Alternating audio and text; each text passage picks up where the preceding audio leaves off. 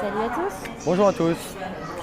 On est dans l'aéroport pour aller direction Séoul, en Corée du Sud, bien évidemment. On va profiter pour faire une petite vidéo un peu spéciale sur notre ressenti après quasiment un mois passé ici. Les points positifs à Taipei et les points négatifs. On va comparer à la fois, je pense, avec la France et à la fois avec Tokyo, parce que c'est ce qui vous intéresse le plus, forcément. Et donc, on va comparer tout ça. Donc déjà, toi, ton ressenti après un mois? C'était bien, on a pu voir plein de paysages magnifiques, de jolis temples. On a pu goûter la nourriture locale. C'était très sympa. Et du coup, à comparer avec Tokyo, tu vois, pour commencer, ton ressenti ici pour quelqu'un qui veut venir à Taipei, qui hésite entre Tokyo et Taipei, qu'est-ce que tu pourrais lui dire? Après, c'est que mon point de vue personnel, ça va pas être... c'est mon point de vue. Je préfère quand même Tokyo, parce qu'il y a plus de choses à faire. C'est peut-être plus attractif. On peut faire plus de choses, peut-être un petit peu plus ouvert sur l'étranger. Voilà, c'est mon avis. Et pour ma part, mon avis sur la ville, alors déjà si jamais, on va commencer par les petites choses négatives et après on parlera forcément des choses positives parce qu'il y en a beaucoup quand même. Choses négatives, pour vous si vous comptez un jour venir, essayez vraiment de ne pas y aller l'été, essayez de ne pas y aller au mois de juin, au mois de juillet, au mois d'août parce que la chaleur plus l'humidité, c'est lourd, c'est vraiment désagréable et exactement. Et c'est vraiment désagréable, c'est vrai qu'on passe à côté de plein de choses parce que tu ne peux pas spécialement rester longtemps à l'extérieur, donc les visites de temples en plein jour, de parcs, etc. Honnêtement, tu ne peux pas vraiment le faire, ça reste très compliqué même pour les gens ici, c'est compliqué, c'est pas que pour nous blanc-bec que nous sommes. Donc ça c'est vraiment le gros point négatif. Mais je pense que des périodes comme j'étais en mois d'octobre, mois de mai, des choses comme ça doit vraiment être agréable parce qu'il y a des petites balades super sympas à faire. Tu fais vite le tour, donc tu peux beaucoup te déplacer à pied, c'est quand même cool. Donc ça, ça doit être un point bien plus positif, les températures, quand il va forcément une autre période que l'été. Autre point positif du voyage, forcément, c'est très dépaysant parce que comme ville par rapport à Tokyo, justement, c'est vraiment entre la Chine et entre le Tokyo. Justement, vous avez beaucoup de coins extrêmement modernes, des immenses centres commerciaux comme on vous a montré, des coins énormément développés, il ne faut pas croire, Taipei c'est extrêmement développé, c'est au même titre je pense que Séoul et que Tokyo, mais la différence c'est qu'ils ont un côté traditionnel qui est beaucoup plus prononcé, plus chinois, comme Mélina vient de dire. Il y a des coins qui sont plus axés, un peu plus pauvres, entre guillemets, forcément, comme partout. Mais là, c'est un peu plus prononcé sur Taipei. Après, le reste de Taïwan, on n'y est pas allé, donc on ne pourra pas vous dire. Mais c'est vraiment cet écart vraiment entre les deux, il est très prononcé. Tu ne remarques pas vraiment de classe moyenne, tu remarques plus qu'il y a une classe qui est plus pauvre, avec des petits bouibs, des petits coins un petit peu plus obscurs et des coins classe plus aisée. Plus aisée. Pour mon ressenti au niveau de Taipei, c'est une sorte de melting pot. Ça veut dire qu'on a mélangé la Corée, un peu de Séoul, une pincée de Séoul, une pincée de Tokyo et une pincée de Shanghai par exemple, ou de Hong Kong. On a mixé et puis ça donne Taïwan. Taipei. Taipei, voilà.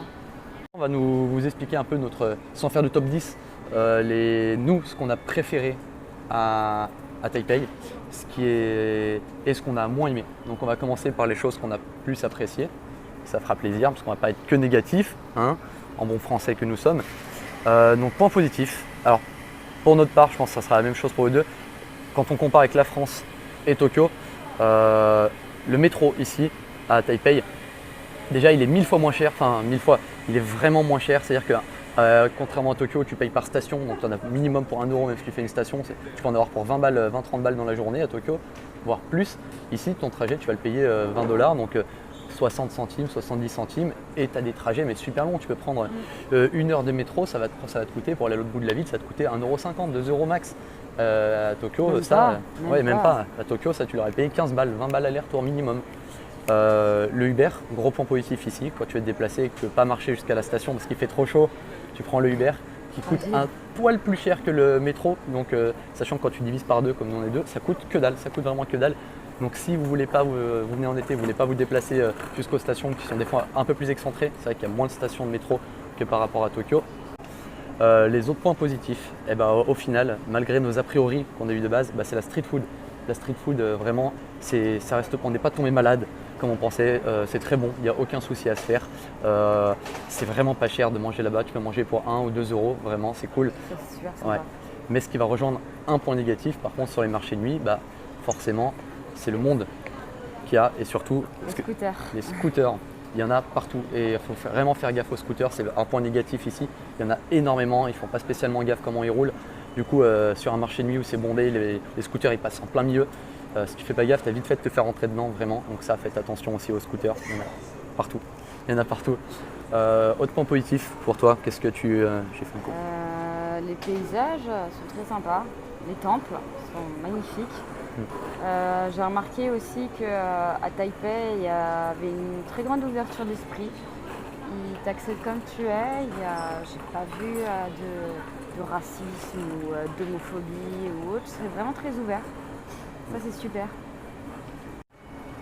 Après, un autre côté qui est sympa, qui rejoint un peu ces côtés paysages, c'est vrai que si tu t'éloignes juste un tout petit peu de la ville, même en restant dans la ville, c'est tout de suite par rapport à Tokyo ou Paris ou peu importe, c'est beaucoup plus verdoyant d'un coup. Donc il y a beaucoup plus de verdure, il y a beaucoup plus d'espace naturel entretenu.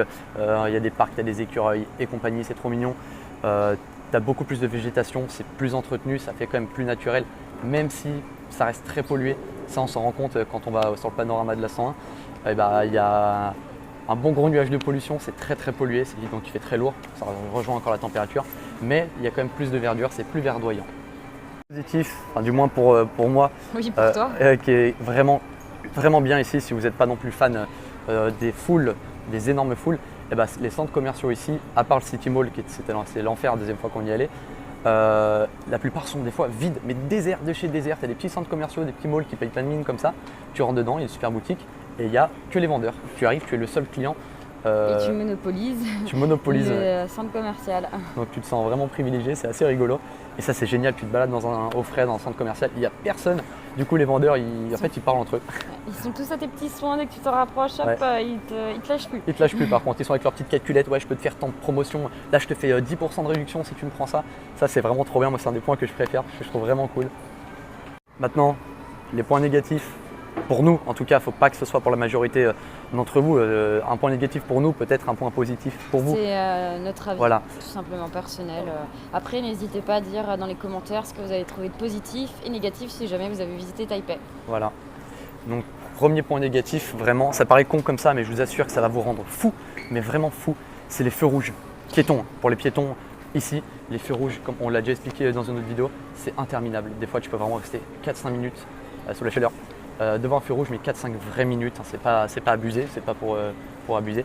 Et tu passes ta vie quand tu vas à Ximending ou des choses comme ça, que tu attends un petit peu quand tu sors du métro, tu peux passer 5 minutes à attendre un feu rouge et c'est tout le temps comme ça, les feux rouges sont interminables. Des fois, tu as 5 minutes de feu rouge, ça passe au vert et tu as le compteur qui affiche les secondes et tu as 20 secondes, 19 secondes de feu vert. Donc tu es sûr de tout le temps tomber sur des feux rouges où tu te balades à chaque fois. Ça, c'était vraiment chiant. Pour ma part, j'étais très étonnée. Par contre, c'était le prix d'une consommation juste pour une bière ou pour un verre pour sortir. Une bière, c'est super cher. C'est encore plus cher qu'en France. Ouais. Donc, à part prendre sa petite canette au 7-Eleven ou au Family Mart, c'est cool parce que c'est toujours ouvert H24. Ça, c'est un super point positif. C'est partout dans les nombreux pays asiatiques.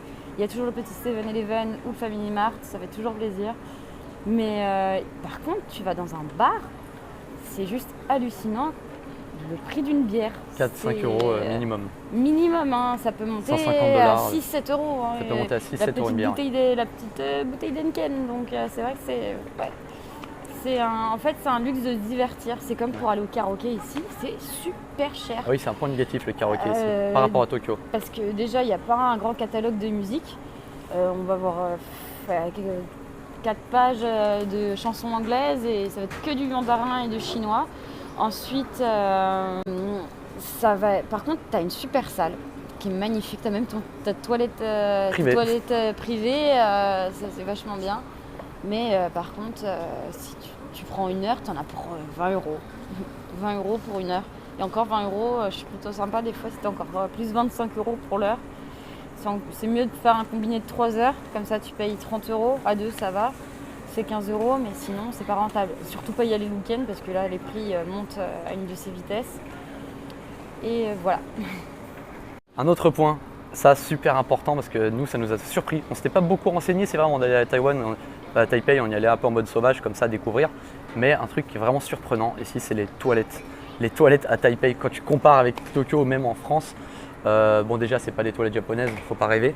Mais en fait, il ne faut pas, tu as vraiment écrit partout sur toutes les toilettes, tu as une petite pancarte, c'est écrit en anglais, en chinois, tout ce que tu veux. Tu ne dois pas mettre de papier dans les toilettes. Il ne faut pas mettre de papier dans les toilettes quand tu fais caca. Le papier, il ne faut pas le mettre dedans. Il y a une petite poubelle à côté, ce qui est vraiment ultra sale parce que toilette publique, tu mélanges les papiers pleins de caca avec les autres. Parce que dans les toilettes, oui, du coup, les Taïwanais, en fait, dès qu'ils ont torché leurs petites fesses, ils mettent le papier en fait, dans une poubelle parce qu'il ne faut vraiment pas le mettre dans les toilettes. Donc j'avoue que... Faut faire très attention pour pas que c'est sale. Ça bloque. Pas que ça bloque, donc ça, j'avoue que c'est vraiment un point négatif. Les toilettes ici, du fait de ne pas pouvoir se torcher normalement, ils mettent dans tes toilettes, non, il faut les mettre dans une petite poubelle à côté, partagée avec tous ceux qui sont venus juste avant. C'est pas très propre. Autre point un peu négatif, c'est les odeurs. Surtout celles qui émanent un peu des street food, dont le tofu puant. Le tofu. Ça porte très bien son nom, parce que c'est vraiment une odeur vraiment nauséabonde. Ça sent la merde, clairement. Ça sent le caca. C'est-à-dire que tu te bats dans le street food, tu as envie de manger, et il y a une odeur de caca qui te revient dessus. Personne n'aime ça, personne n'aime l'odeur, c'est pas possible. On fait pas nos Fragilux ou je sais pas quoi, mais... C'est particulier. C'est vraiment particulier. Ouais. Sur ces petits points, ce débrief, on vous dit à bientôt. La prochaine fois, ce sera du coup à Séoul, en Corée. Là, on va prendre notre avion dans quelques minutes.